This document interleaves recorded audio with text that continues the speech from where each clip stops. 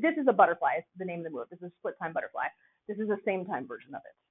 So if you start with both poi spinning in front of you, not in front of you on the plane that is parallel to your hip in front of you. So if you imagine a wall in front of you, the wall plane in front of your body. Over the top, that's overhand. And then you want to have it flat on the front. Yes, flat, good. And then spread your hand out so it's past your hip line, good. And then you want to do your other hand, your left hand as well, also on the front, so that the two poi can't collide far enough out, and then get it flat. Okay, let's do this for a second. Take your left hand and just put it in front of you like this.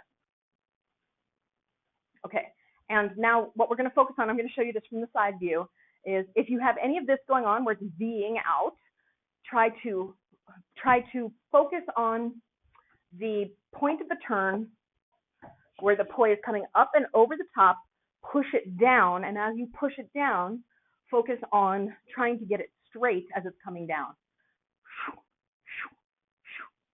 Rotation with your wrists to get it straight over the top. And then relax your right hand, other way, over the top, so overhand. And same thing, pushing down, pushing down, pushing down. And then bringing your hand out to the side a little bit so it's the side of your hip. Yes, and rotating and rotating and rotating.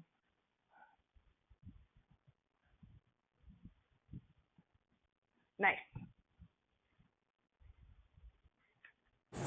Let's drop that poi, and now let's start again with your left poi. So I'm mirroring you with my right, over the top again, so this way, over the top again, and then put your hand so that it's past your hip line, and rotating your palm, or wrist rather, and then, well, I guess rotating your wrist rotates your palm somewhat, and then while you're doing that, oh my gosh, here we go, rub your head, pat your belly, we're going to take the other one and try and start it. So we're just trying to do these two circles on the front. When you come in with your right hand, remember to come over the top. You came under the bottom. So come over the top. They're both coming over the top. See how at the top they're coming inward, in toward the center? That's what you're looking for, in toward the center. Yeah.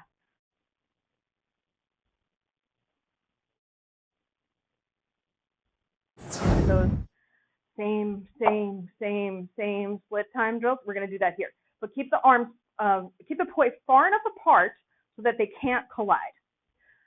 So we're just going to start with that. So split time, split time, split time, split. Now, same time, same time, same time, same.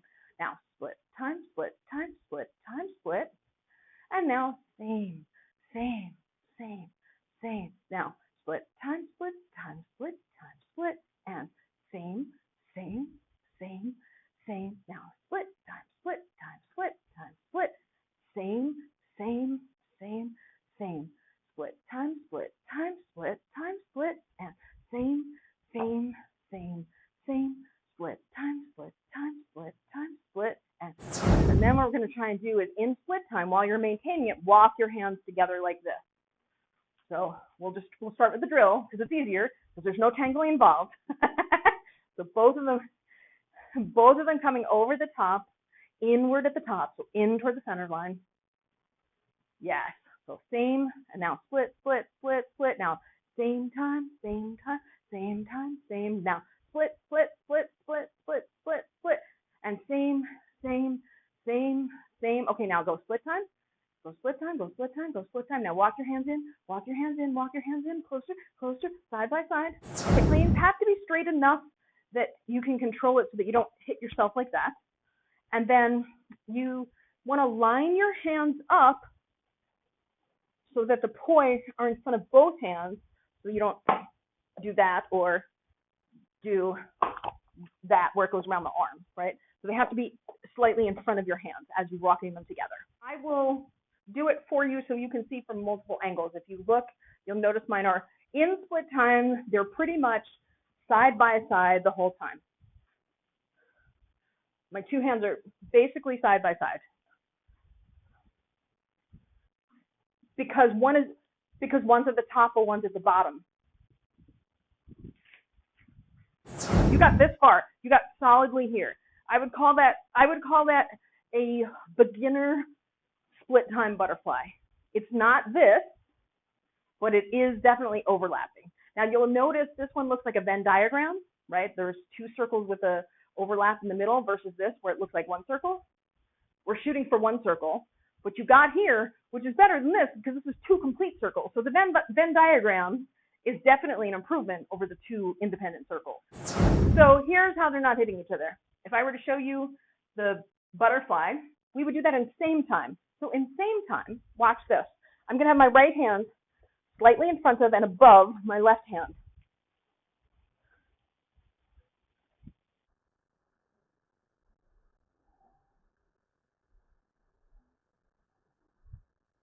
My two poi look like they're on the same plane. But if I relax the planes, do you see how the bottom one is tilting out and the top one is tilting in? So my blue one is tilting this way, that's my bottom one. And my right one is tilting in, that's my top one. Now, thinking about that can be harder, but that is what's happening. So start like this, coming over the top. So they're both going in at the center, in same time. And this is why I'm having you start it out here, so they don't tangle. And then you can like jump it in. Arms are spread, it's coming over the top and in, toward the center in the midline. Okay, and then since it seems like you wanted your right one on top, I'll try and mirror you here. You'll jump in so that your right one lands over the top of the other one. You have to keep it in same time. Jump in. Yes, yes, yes, yes. Fearlessly, fearlessly. If your hands are closer together, they're less likely to hit. String 2 hits when they're further, like when they're closer together, you're at the head of the string. So the two strings are like they're right near each other, so there's less to tangle on, and you're not going to hit the balls together. So you have the movement. You have to maintain the time in order to get it to stay there in the pattern. And so when you feel like you start losing it, focus on the bottom of the turn. Beat, beat, beat, beat, beat, beat, beat, and jump it in, jump it in, jump it in, and boom, boom, boom, see, boom, boom, boom. Keep using your wrist, keep using your wrist. You're controlling it, not it controlling you.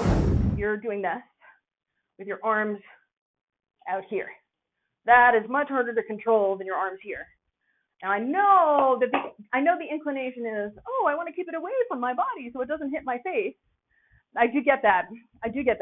And I'm not going to say it's not going to hit your face, but you do ultimately have more control closer to your center than out here, in my experience. Okay, and now you're like this. So you want to bring your right arm down, down, down, down, down, but you don't want to overcross. So the reason I wanted you to start with the split time one is I think it's easier to get your hands together because they don't tangle as long as you maintain split time. What I want you to focus on is this part of my body here. You're doing this, where you're like tensing through here and you're locking, as opposed to, see how mine is loose and open? You want to, which I know it's easy to say. It's like walking the path. Knowing the path and walking the path aren't the same. Knowing to loosen your muscles and loosening them are not the same. It appeared that your process went something like this, only in a lot faster time than I'm going to say it. You're good, you're good, you're good. Oh, wait, what's happening? You tense up. Then as you tense up, you use less wrist. As you use less wrist, you have less control of the poi. The angle starts to dip. Then you're focused on the dipping of the angle rather than timing, and then the timing ends up messing up, right? So the prescription, I would say, this is going to be really basic, but let's go back to this. And this, in split time here, focusing on the plane. And if you have a wall that you could do it against, I would almost say doing it against a wall will help you with both the timing and the angle.